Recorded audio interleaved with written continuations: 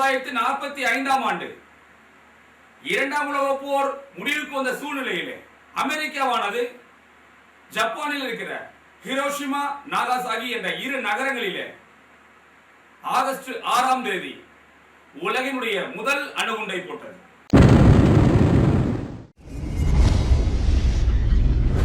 அணுகுண்டு போட்ட சில வினாடிகளிலே அந்த ஒட்டுமொத்த ஹிரோஷிமா நகரமும் எரிந்து சாம்பலாய் போனது. At 8:15 on the morning of August the 6th, 1945, although no official figure exists, it is estimated that between 80,000 to 140,000 people were killed instantly in the blast. அமெரிக்க படைகள் ஒரு விமானத்திலே அந்த ஹிரோஷிமா நகரத்தின் மீது பறந்து கொண்டு வெற்றியை கொண்டாடிய பொழுது அந்த ஹிரோஷிமாவிலே அணுகுண்டு போடப்பட்ட இடத்திற்கு மிக அருகிலே ஒரே ஒரு கட்டிடம் மட்டும் எந்த சேதமும் அடையாமல் இருந்ததை கண்டு அதிர்ச்சி அடைந்தார்கள். ஒட்டுமொத்த அமெரிக்க விண்வெளி படையும் அங்கே வர வைக்கப்பட்டது.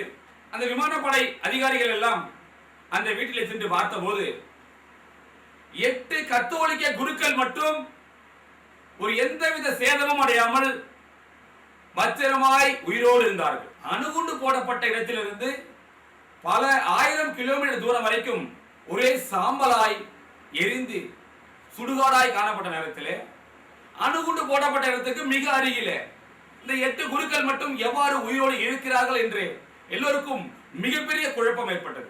உள்ளே சென்று அந்த 8 குருக்களையும் கேட்ட பொழுது அந்த 8 ஜெஸ்யூட் மிஷனரி குருக்களும் சொன்ன பதில் என்ன தெரியுமா? நாங்கள் தினந்தோறும் பரிசுத்த ஜெபமாலையை ஜெபித்து வந்தோம். அந்த பரிசுத்த ஜெபமாலையின் வல்லமையானது இந்த அணுகுண்டினுடைய அழிக்கும் சக்தியிலிருந்து எங்களை பத்திரமாய் காப்பாற்றியது என்று சொன்னார்.